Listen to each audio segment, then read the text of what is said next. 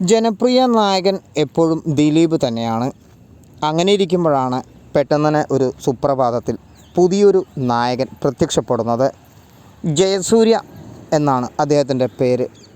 Mimicry രംഗങ്ങളിലൂടെ ദിലീപിൻ്റെ വഴികളിലൂടെ തന്നെയാണ് അദ്ദേഹവും സിനിമാ രംഗത്തേക്ക് കടന്നു വന്നത്. അദ്ദേഹം അഭിനയിച്ച ആദ്യത്തെ സിനിമ തന്നെ സൂപ്പർ ഹിറ്റാണ്. ചിത്രം ഊമപ്പെണ്ണിന് ഉരിയാടപ്പയ്യൻ.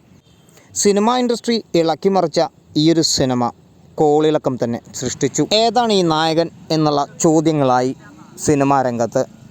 പുതിയ നായകനെ പ്രത്യക്ഷപ്പെടുത്തുകയാണ് വിനയൻ. അന്നത്തെ കാലത്ത് സൂപ്പർ സ്റ്റാറുകൾ വരെ ഞെട്ടിപ്പോയി ജയസൂര്യ എന്ന് പറയുന്ന പുതിയ നടൻ്റെ അഭിനയങ്ങൾ കണ്ടിട്ട്.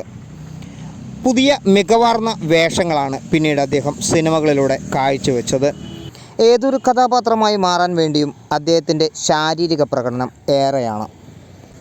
ഒന്നിലധികം സിനിമകൾ കടക്കും തോറും അദ്ദേഹത്തിന് കൂടുതൽ ജനപ്രാധാന്യം ഏറി വന്നു.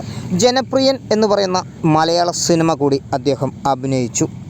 അതോടെ ജനപ്രിയൻ എന്ന് പറയുന്ന സ്ഥാനം കൂടി ജയസൂര്യയ്ക്ക് നേടിയെടുക്കാൻ കഴിഞ്ഞു.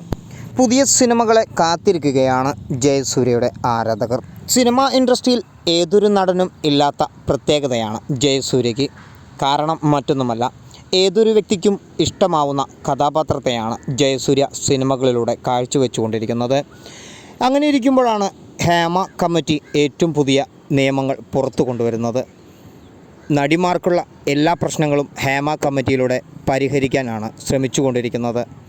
അമ്മ കമ്മിറ്റിയിൽ നിന്നും സിദ്ദിഖ് പുറത്തായതോടുകൂടി പുതിയ പുതിയ തെളിവുകളും വന്നുകൊണ്ടിരിക്കുന്നു. ഇപ്പോൾ ഇതാ സിനിമാ നടി ജയസൂര്യക്കെതിരെ സംസാരിച്ചിരിക്കുന്നു. ജയസൂര്യ തന്നെ ആക്രമിച്ചു എന്നുള്ളതാണ് പുറത്തു വരുന്ന റിപ്പോർട്ടുകൾ.